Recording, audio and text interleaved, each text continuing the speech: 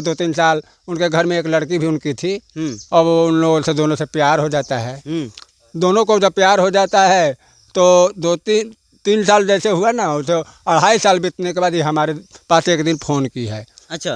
ये उन लड़की की मम्मी कि आपका लड़का हमारे यहाँ रहता है, ऐसे ऐसे करता है, जो है अब हम इनको अगर यहाँ से भेजेंगे तो लड़की को लेकर के ही जाएगा, न तो ऐसे नहीं जाएगा। अब उसको हाथ में से मोबाइल छीन उन करके उसको कैदी बना दिए। जय हिंद दोस्तों, मैं हूं आपका दोस्त विजय राजभर और आप देख रहे हैं यूपी सच तक।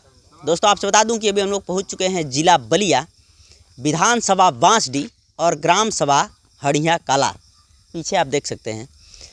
और आपसे बता दूं कि एक इससे पहले आपको एक वीडियो मैंने दिखाया था, जो पारो और सावंत की प्रेम कहानी का मैटर, जो बहुत ही दर्दनाक कहानी रही। और उस मामले को लेकर के आज हम पहुँचे हैं सावंत के पिताजी के पास।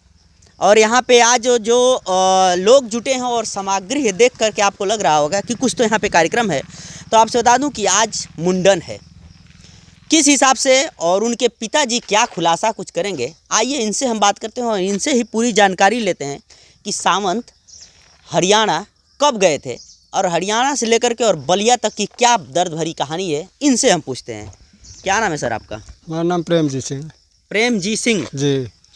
प्रेम जी, सावंत हरियाणा कब कमाने गए थे? हरियाणा 2-3 साल पहले गया था। उन्हीं के मम्मी जो वहाँ पर जो बुलाई थी ना जी, और रिलेशन में कुछ लगती हैं, तो वही बुलवाई थी। अच्छा, ये लड़की जो आपके घर पे आई हैं, जो आपकी बहू बन के, इनकी मम्मी कुछ रिलेशन में लगती हैं। तो इन्होंने ही वहाँ पे सावंत को बुलाया था काम करने के लिए। हाँ। उसके बाद क्या हुआ? तो सावन वहाँ पर रहते थे उन्हीं के घर में और नानू भगत कंपनी में काम करते थे। अच्छा।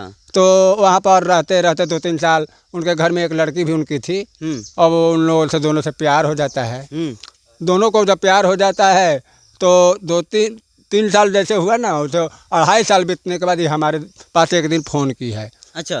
ये उन लड़की की मम्मी कि आपका लड़का हमारे यहाँ रहता है, ऐसे ऐसे करता है, जो है अब हम इनको अगर यहाँ से भेजेंगे तो लड़की को लेकर के ही जाएगा, न तो ऐसे नहीं जाएगा। अब उसको हाथ में से मोबाइल छीन उन करके उसको कैदी बना दिए। बाप भी फ़ोन करने लगे कि भाई ऐसा ऐसा किया है, अगर यहाँ से जाएगा तो लड़की को लेकर के ही जाएगा।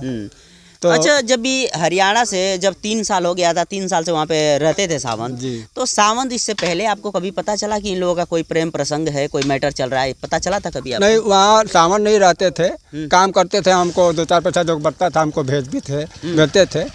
अब हमको नहीं मालूम है, हमारे पूरे परिवार को भी नहीं मालूम होने पाया। तो ये बात आप लोगों को कब पता चला? जब वो लोग फ़ोन किए तब? जब, हाँ। इसके बाद क्या हुआ? तो हमने भाई, अब हमारे जिसका बेटा फंसा हो वहाँ पर, कैदी बन गया हो और धमकी आ रही हो, तो अब हमने भी डर से यही कहा कि भाई ठीक है, लड़की को लेकर के भेज दो। तो वहाँ वो लोग घर के अंदर में ही सबका शादी ब्याह करवा करके अच्छे तरह से, और 5-6 आदमी मिल करके उसको रेलवे स्टेशन दिल्ली पहुँचाने गए हैं। अच्छा। वहाँ पर जिस गाड़ी में बैठाए हैं, जिस डिब्बा में बैठाए हैं, उसका वीडियो बना लिए हैं। वीडियो बना लिए हैं तो लड़का और लड़की दोनों भड़के हुए हैं कि अच्छा मम्मी हमारी क्यों ऐसे कर रही है, कि शादी करा कर लेके जा रही है, वीडियो बना रही है डिब्बा का, आज तक ऐसा नहीं किया कुछ।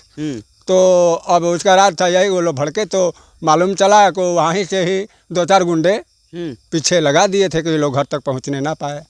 अच्छा, ये कैसे आपको पता चला कि गुंडे हमारे बेटे और बहू के पीछे गुंडे लगे थे? हाँ, वो फ़ोन करके लड़का बताया हमसे। अच्छा, आपका लड़का उस समय बताया? हाँ, था उसी दिन ट्रेन में ही? ट्रेन में ही। अच्छा, कि हमारे पीछे गुंडे लगे हैं? गुंडे लगे हुए हैं। तो हमने कहा कि बेटा जिस बोगी में बैठा है उसमें से इधर उधर करके आप किसी तरह से बच ले, चाहे उधर से ही कोनो स्टेशन पर छोड़ दे गाड़ी। तो ऐसा उन्होंने नहीं किया। डिब्बे में किसी में बचते बचते कुछ लोग ऐसे सहारे वाले मिल गए। अच्छा। लड़की को कुछ बलिया के ही लेडीज लोग मिल गए, जो अपने बीच बैठा करके किसी तरह बचा करके बलिया तक लाए।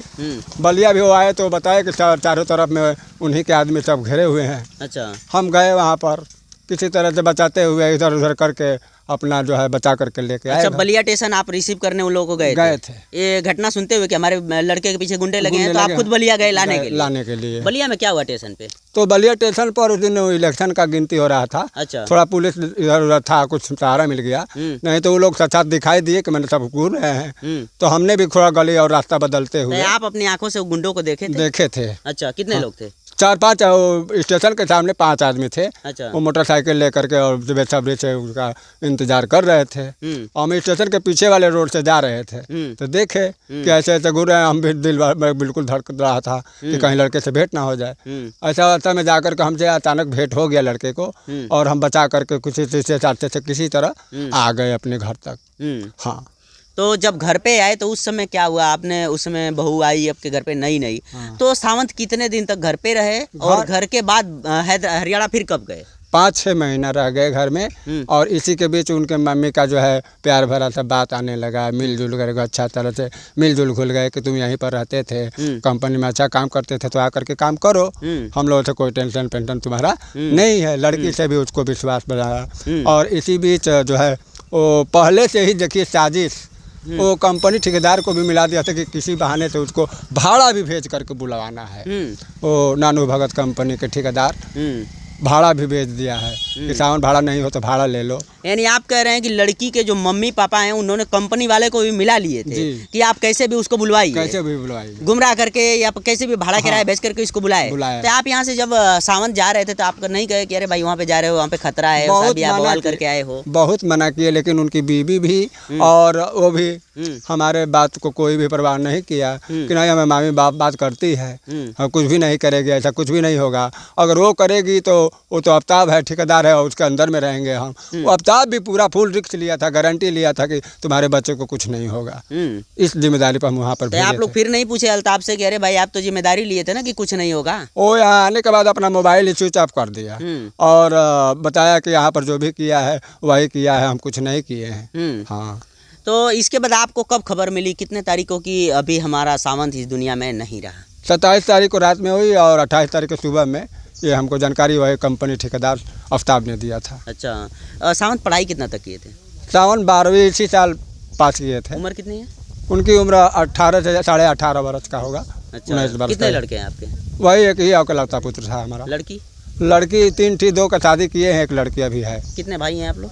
हम 3 भाई हैं, लेकिन तीनों भाई अलग अलग रहते हैं। भाई एक बड़ा है, वो हमेशा महाराष्ट्र में रहते हैं अपना परिवार लेकर के। अच्छा। और एक भाई है, उनका बीवी वो भी, लड़का बच्चा कोई भी नहीं है। हम दोनों भाई के बीच में वही एक लड़का था। तो जो नहीं है वो आप ही के साथ में रहते थे? जी। यानी दोनों भाइयों के बीच में एकलौता लड़का वही सावंत ही था। जी।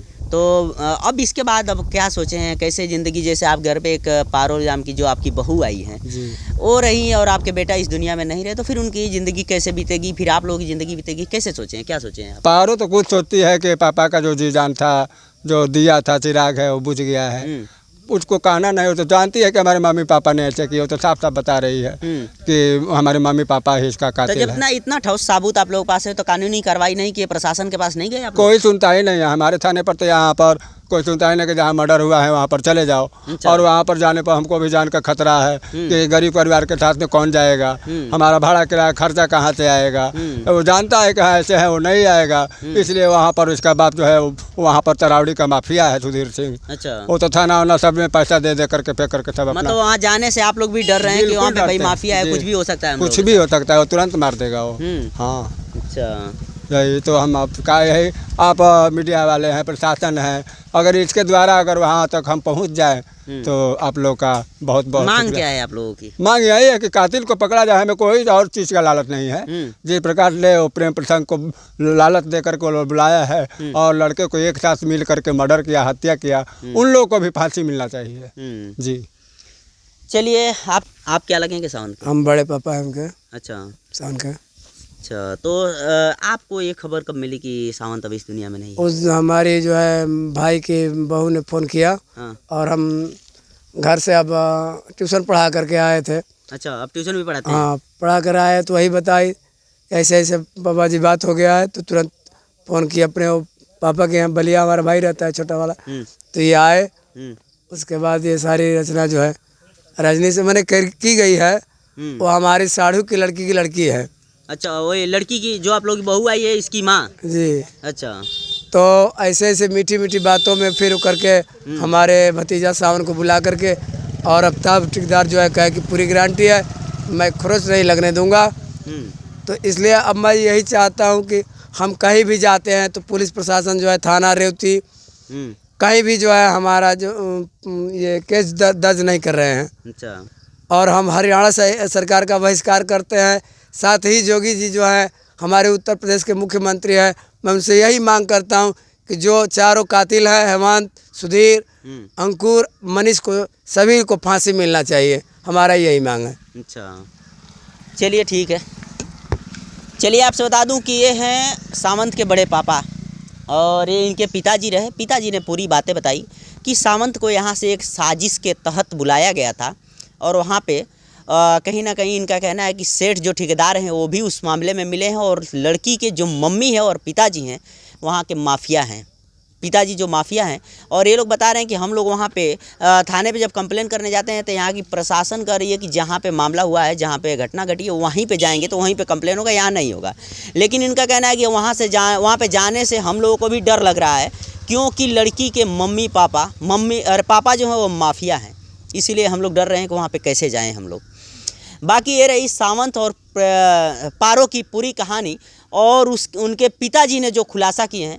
बाकी इनके बातों से आप कितना सहमत हैं? वीडियो अच्छा लगा हो चैनल को सब्सक्राइब करें, लाइक करें, शेयर करें। मिलते हैं किसी और वीडियो के साथ, तब तक के लिए जय हिंद।